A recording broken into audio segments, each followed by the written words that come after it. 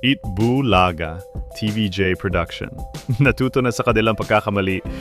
Naging matagumpay ang Grand Finals ng Male OPM Clones.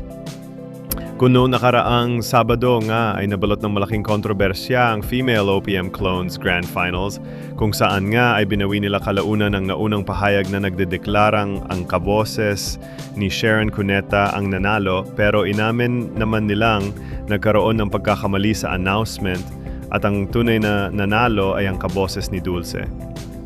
Naging matagumpay naman na yon ang nagganap na Male OPM Clones Grand Finals ng Itbulaga.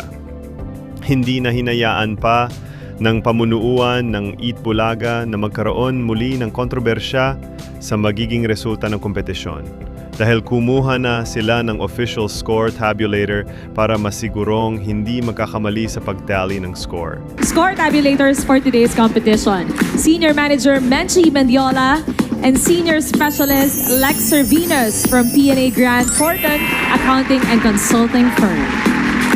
At sa pagharap-harap nga ng mga kaboses ng Slapshock, Chito Miranda, JR, Jano Gibbs, Gary V at ni Michael Pangilinan, talagang nahirapan sa desisyon ng mga huradong sila: Luke Mijares, Richard Reynoso, Jessa Zaragoza, Geneva Cruz, Wency Cornejo, Vincent De Jesus at Moy Ortiz.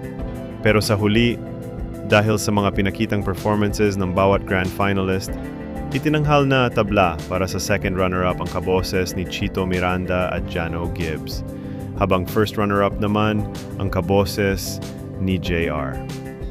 Samantalang, itinanghal naman na grand winner ang crowd favorite na kaboses ni Gary V, kung saan nakakuha siya ng napakataas na average score na 99%.